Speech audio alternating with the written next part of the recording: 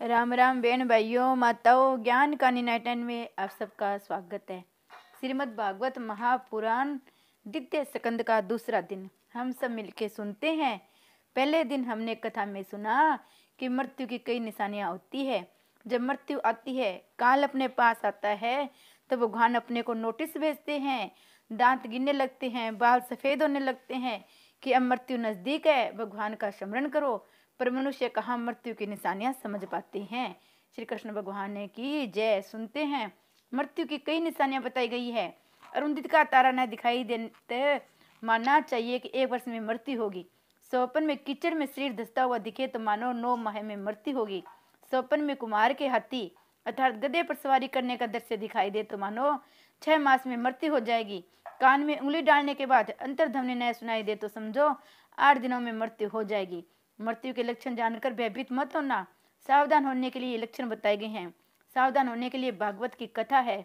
भागवत की कथा सुनकर परिचित कथार्थ हुए। मरण को सुधारने के लिए भागवत शास्त्र है। जीवन को जो सुधारता है उसी का मरण सुधरता है। राजन, मरण को सुधारना हो तो प्रत्येक क्षण को सुधारो। रोज सोचो, विचारो, मन को बार बार समझाओ कि ईश्वर के बिना मेरा कोई नहीं है। इस शरीर को भी एक दिन मुझे छोड़ना पड़ेगा, अतः ये भी मेरा नहीं है। जब शरीर भी मेरा नहीं है तो मेरा है कौन? क्योंकि सभी संबंध शरीर से ही उत्पन्न होते हैं। भावना करो कि मैं तो किसी का और न कोई मेरा है। इस तरह ममता को हटाओ। संग्रह से ममता बढ़ती है, इसलिए अप्रिग्रह बनो। तृप्ति भोग में नहीं, त्याग में है। ममता सिद्ध करने के लिए सबसे ममता रखो। व्यक्तिगत ममता दूर करो। प्रत्येक मनुष्य को चाहिए कि वे प्रतिक्षण सर्व आत्मा सर्व शक्तिमान भगवान श्री कृष्ण की लीलाओं का श्रवण कीर्तन और मनन करे। इंद्रियों को भोग से नहीं, प्रभु स्मरण से, प्रभु सेवा से शांति मिलती है। दुख का कारण देह नहीं, दुख भोगने के लिए तो देह मिली है न। पाप ही न किए तो ये देह और ये जन्म ही क्यों मिला होता। रामदास स्वामी ने दास बोध में लिखा है, देह धारण करना ही पाप है। मनुष्य हर तरह से सुखी नहीं रह सकता। हे राजन, मानव शरीर सुख के उपभोग के लिए नहीं मिला है। मानव शरीर तो भजन करके भगवान को प्राप्त करने के लिए मिला है। इंद्रिय मुख के सभी प्राणियों को एक सा ही मिलता है। शरीर संग में जो सुखी स्त्री पुरुष को मिलता है, वह सुख कुत्ते को भी कुत्ते के संग मिलता है। अतः मनुष्य जीवन पाकर प्रभु स्मरण में लीन रहो। तुम जीवन में कुछ ऐसे सोचो कि डालो प्रत्येक क्षण में भगवान को याद आए। जीव शिव बनने का प्रयत्न नहीं करता, अन्यथा वह तो शिव बनने के लिए ही जन्मा है। जीव जब ईश्वर से कहता है मैं आपका हूँ, वह संबंध परिपूर्ण अपूर्ण है। परंतु ईश्वर जब जीव से कहता है कि तू मेरा है, तब वह संबंध परिपूर्ण होता है। पाप को टालो, पुण्य कार्य तुरंत करो। ईश्वर हमें पाप की प्रवृत्तियों से कभी नहीं छोड़ता, परंतु जन्मों से संचित संस्कार ही पाप करने के लिए प्रेरणा देते हैं। एकांत में ईश्वर भजन करो। मन को एकांत जल्दी एकाग्र बनाता है। एक ईश्वर में ही सब का अंत करना एकांत है। ईश्वर एक और अद्वितीय है। मन को एकाग्र करने के लिए एकांत में रहने की जरूरत है। गृहस्थ घर में संभाव नहीं रख सकता, वह फिर चाहे गीता का पाठ क्यों न करे। समत्व योग उचनते। गृहस्थ आश्रम में विहार विषमता से भरे हुए हैं, वह समता नहीं रखी जा सकती। गृहस्थ के घर में भोग के परमाणु भरे हुए होने के कारण घर में रहकर परमात्मा का सत ध्यान करना कठिन है। भागवत में सुखदेव जी ने स्पष्ट कहा है, जिसकी मृत्यु समीप आ गई है वह घर छोड़ दे। ग्रहात प्रवजिन तो धीर, धैर्य सहित घर छोड़ो। पवित्र तीर्थ में जल में स्नान करो। पवित्र एकांत स्थल में आसन जमा कर बैठ जाओ। मन में प्रणव का जप करो। प्राणायाम से प्राणवायु को वश में करो। मन का अन्य विचारों से रोकर भगवान के मंगलमय रूप से जोड़ दो। मीराबाई ने एकांत में गिरधर के आगे नाचना तय किया था। उसकी टेक थी कि मैं गिरधर के आगे नाचूंगी, तभी उसकी मुक्ति सिद्ध हुई, भक्ति सिद्ध हुई। एकांत में बैठकर पहले प्राणायाम करो। मन को प्राण से संबंध है, प्राण से मन भी स्थिर होता है। प्राणायाम से 3 भेद होते हैं। प्रथम पूरक प्राणायाम करना होता है दाहिनी नासिका द्वारा बाहर की हवा अंदर खींचो। ये योग की प्रक्रिया है। महाप्रभु जी ने सुबोधनी में कहा है कि योग को भी भक्ति का सहकार चाहिए। योग की जो भक्ति का साथ न मिले तो वह रोगी बन जाता है। बिना भक्ति का योग रोग उत्पन्न करता है। बिना भक्ति किए योग साधक नहीं होता है। इतना ही नहीं, वह कभी बांधक भी हो जाता है। भक्ति से योग किया जाए तो प्रभु के साथ संयोग होता है।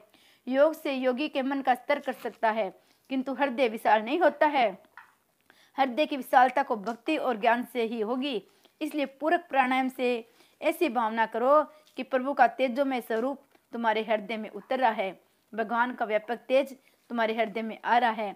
फिर जब कुंभक करो, भावना करो कि मैं ईश्वर का आलिंगन कर रहा हूँ। प्राण को शरीर में रोके रखना ही कुंभक है। उसमें ब्रह्म संबंध भी भावना करो। उसमें सोचो मेरे प्रभु मेरा साथ मिलन हुआ है, मेरे प्रभु ने मेरा आलिंगन किया है। हे ब्रह्म संबंध सतत टिक जाए तो मुक्ति मिलती है। मनुष्य इस ब्रह्म संबंध को सदा बनाए नहीं रख सकता। संसार के विषय में मन को जाने देने से ब्रह्म संबंध भंग हो जाता है। फिर रेचक प्राणायाम करना होता है। बाई नाक से श्वास बाहर छोड़ना रेचक कहलाता है। उसमें ऐसी भावना करो कि मैं प्रभु के साथ एक हो गया हूँ, मैं भगवान से एक रूप हो गया हूँ, भगवान का बन गया हूँ। इसलिए मेरे पाप बाहर निकल रहे हैं, वासना बाहर निकल रही है, मेरे मन के सारे विकार बाहर आ रहे हैं। अब मैं शुद्ध हो रहा हूँ। जब तक कुछ न कुछ लौकिक विहार भी करना है तब तक मन स्थिर नहीं हो सकता। बाहर का संसार तो भजन में कीर्तन में विक्षेप नहीं करता, किंतु मन का संसार अवश्य विक्षेप करता है। ब्राह्मण संध्या में मगर्षण करता है, ये सोचता है मेरे पाप बाहर निकल रहे हैं। मन की मलिनता दो प्रकार की होती है। स्थूल मलिनता साधारण साधन तप व्रत अनशन आदि से ये मलिनता दूर होती है। सूक्ष्म मलिनता तीव्र भक्ति ही उसे दूर कर सकती है। सुखदेव जी ने इसलिए आरंभ में विराट पुरुष का ध्यान करने की बात कही है। विराट पुरुष की धारणा के बिना मन शुद्ध नहीं होता है। सुखदेव जी कहते हैं, वैसे तो मेरी निष्ठा निर्गुण में है, तथापि नंदन नंदन यशोदा नंदन मेरे मन को बार बार अपनी ओर खींच लेते हैं। श्री कृष्ण भगवान की मधुर लीलाएं मेरे मन को, मेरे हृदय को बलपूर्वक अपनी ओर आकर्षित करती है। इसी कारण से मैंने भागवत पुराण का अध्ययन किया और मैं आपको सुनाऊंगा। भगवान के नाम का प्रेम से संकीर्तन करना ही सभी शास्त्रों का सार है। सभी शास्त्र पढ़ो, उन पर विचार करो, किंतु याद रखो कि नारायण हरि ही सच्चे हैं। मैंने सब शास्त्र देख डाले, कई बार विचार किया, फिर भी सार तो एक ही निकला कि उन सबके ध्येय केवल नारायण हरि हैं। सभी शास्त्रों के वाचन मानन के बाद भी मैंने तय किया केवल भगवान का ही ध्यान करना चाहिए। निर्गुण के प्रति जब निष्ठा न हो सके तब मन का राग द्वेष नहीं जाएगा। जिसकी सगुण निष्ठा हो किंतु वह निर्गुण को न माने तो उसकी भक्ति अपूर्ण ही रहती है। ध्यान के आरंभ में मन की सेवा करो। ध्यान के समय मन शुद्ध न हो तो आनंद नहीं मिलता है। मन को भारी विषयों में भटकते रहने की आदत पड़ गई है। वर्तमान काल में जीवन भोग प्रदान बन गया है, अतः मन को अंतर्मुख करना बड़ा कठिन है। ज्ञानी पुरुष मन की मलिनता धोने के लिए विराट पुरुष की धारणा करते हैं। विराट पुरुष की धारणा का अर्थ है सारे जगत को ब्रह्म रूप मानना। ब्राह्मण उस विराट पुरुष का मुख है, क्षत्रिय हाथ है, वैश्य जंगा है, शूद्र पग है, नदियां नाड़ी है। इस प्रकार जगत के प्रत्येक पदार्थ को ब्रह्म रूप देखकर मन को शुद्ध करना है। साधारण साधक के लिए विराट पुरुष की कल्पना धारणा करना कठिन है। अतः कुछ लोग अति सुंदर नारायण भगवान का ध्यान करते हैं। जगत का जब तक ब्रह्म रूप नहीं मानेंगे तब तक राग द्वेष नहीं मिटेंगे। कुछ लोग जगत को ब्रह्म में मानते हैं तो कुछ लोग प्रत्येक पदार्थ में ब्रह्म स्वरूप का अनुभव करते हैं।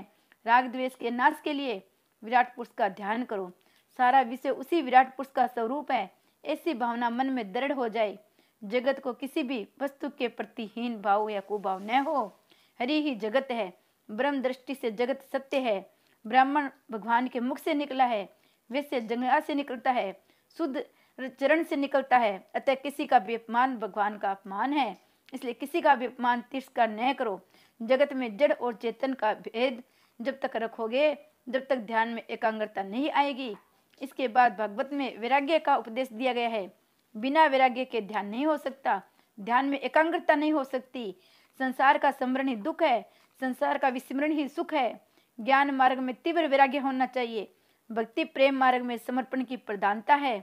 भक्ति करनी हो तो वह वैराग्य के बिना तो चल सकती है, किंतु सबके साथ प्रेम तो करना ही पड़ेगा। वैराग्य से ये काम अधिक कठिन है। सबके साथ प्रेम करो अथवा अकेले ईश्वर से प्रेम करो। जगत के प्रत्येक पदार्थ के लिए प्रेम करना भक्ति मार्ग है। ज्ञान मार्ग त्याग मार्ग है। अगर भक्ति मार्ग से समर्पण का प्रधान है। ज्ञानी सबका निषेध करता हुआ प्रिय से जो शेष रहता है उसी में मन को दृढ़ करता है। साधारण मनुष्य के लिए ज्ञान मार्ग सुलभ नहीं है।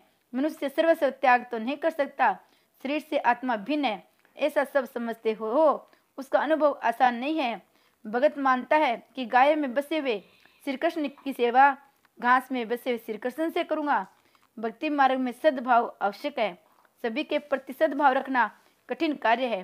श्री कृष्ण भगवान तो स्वयं को लात मारने वाले को भी सद्भाव की दृष्टि से ही देखते हैं। मन की मलिनता धोने के लिए विराट पुरुष का ध्यान करना है।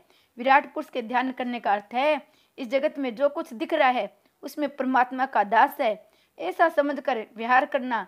सारा जगत उसी विराट पुरुष का स्वरूप है। विराट पुरुष के ध्यान के लिए तीव्र वैराग्य जरूरी है। सारा विराट ब्रह्म रूप है, ऐसा मानकर ज्ञानी पुरुष ललाट में ब्रह्म के दर्शन करता है। वैष्णव जन हृदय में चतुर्भुज द्वारकानाथ के दर्शन करते हैं। प्रभु के एक अंग का चिंतन करना ध्यान है। प्रभु के सर्वांग का चिंतन करना धारणा है। दास्य भक्ति द्वारा हृदय जल्दी दीन बनेगा। पहले भगवान के चरणविंद का ध्यान करो, फिर मुखरविंद का और अंत में सर्वांग का ध्यान करो। ध्यान योग की कथा कपिल गीता में विस्तार से दी गई है, जिसका यहाँ संक्षेप में वर्णन किया गया है। साधक सावधान होकर ध्यान करेगा तो उसकी समझ में यह बात आ जाएगी कि माया की शक्ति भ्रांति में ही है। ईश्वर का चिंतन न हो सके तो भी कोई बात नहीं है, किंतु संसार का चिंतन तो कभी भी करना नहीं चाहिए। ईश्वर का ध्यान चाहे न हो सके, किंतु संसार का ध्यान छोड़ने की आदत डालनी चाहिए। ध्यान के बिना ईश्वर का साक्षात्कार नहीं हो सकता। जिस तरह रुपए पैसों का ध्यान करते हो उसी तरह परमात्मा का भी ध्यान करो। आरंभ अवस्था में आंखों के सामने अंधकार सा छा जाएगा, किंतु धैर्य से योग धारणा करके मन को वश में करो। बुद्धि द्वारा प्रभु के सर्वांगों की धारणा करो। जो जो बुद्धि स्थिर होती जाएगी त्यों त्यों मन विस्तर होने लगेगा। धारणा स्थिर होने पर ध्यान में प्रभु का मंगलमय स्वरूप दिखता है। भक्ति योग में प्राप्ति होती है। ध्यान में मन यदि स्थिर न हो सके तो उस मन की मृत्यु भी भयभीत करो, तभी वह स्थिर होगा। मन को किसी भी तरह समझाओ और स्थिर करो। ज्ञानदेव ने मन को गुरु बनाया है। मन का सच्चा गुरु आत्मा है। एक नाथ महाराज के पास एक वैष्णव आया। उसने महाराज जी से पूछा, आपका मन ईश्वर में सदा सर्वदा श्री कृष्ण में कैसे स्थिर रहता है? मेरा मन तो आधा घंटा भी प्रभु में स्थिर नहीं रह सकता। मन को स्थिर करने का कोई उपाय बताइए। एक नाथ ने सोचा उसका उपदेश क्रियात्मक होना चाहिए। उन्होंने कहा, जाने दो इस बात को भी। मुझे लगता है तेरी मृत्यु समीप आ रही है। मृत्यु के पहले वेर और वासना का त्याग करना चाहिए। वेर और वासना मृत्यु को बिगाड़ती है। 7 दिनों के बाद फिर मेरे पास आना। मृत्यु का नाम सुनते ही उस वैष्णव के तो मानो होश उड़ गए। वह घर लौटा, धन संपत्ति आदि सब कुछ पुत्र के हाथों में सौंप दिया। उसने सबसे क्षमा याचना की। वह ईश्वर का ध्यान करने लगा। 7 दिनों के बाद वह एकनाथ महाराज जी के पास आया। महाराज जी ने पूछा, इन 7 दिनों में तूने क्या क्या किया? तूने कुछ पाप तो नहीं किया? वैष्णव ने उत्तर दिया, मैं मृत्यु से ऐसा डर गया कि कुछ छोड़कर प्रभु के ध्यान में लगा गया। मैं तो एकनाथ ने कहा, मेरी एकाग्रता ही रहस्य है। मैं मृत्यु को रोज याद करता हूँ। मेरी मृत्यु का मन में डर रखकर सतत ईश्वर भजन करता हूँ। अतः सभी विषयों में मेरा मन हट जाता है और सदा सर्वदा श्री कृष्ण में एकाग्र रहता है। परमात्मा के मन तन में न हो सके तो कोई बात नहीं, किंतु संसार के साथ कभी तन में न बनो। परमात्मा के ध्यान से जीव ईश्वर में मिल जाता है। ध्यान करने वाला ध्यान में मिल जाता है। ध्याता, ध्यान और ध्येय तीनों एक होते हैं। ये मुक्ति है, यही अद्वित्व है। दृष्टि, दृष्टा और दर्शन एक होने चाहिए। साधन, साधक, साध्य एक बनने चाहिए। ध्याता, ध्यान और ध्येय तथा दर्शन, दृष्टा और दृश्य एक बने तो समझो ध्यान में एक दर्शन से एक तांता उत्पन्न हो गई है। एक तांता होने से वह अन्य सब कुछ भूल जाता है और उसे ईश्वर के सिवा कुछ भी नहीं दिखता है। श्री कृष्ण भगवान ने की जय।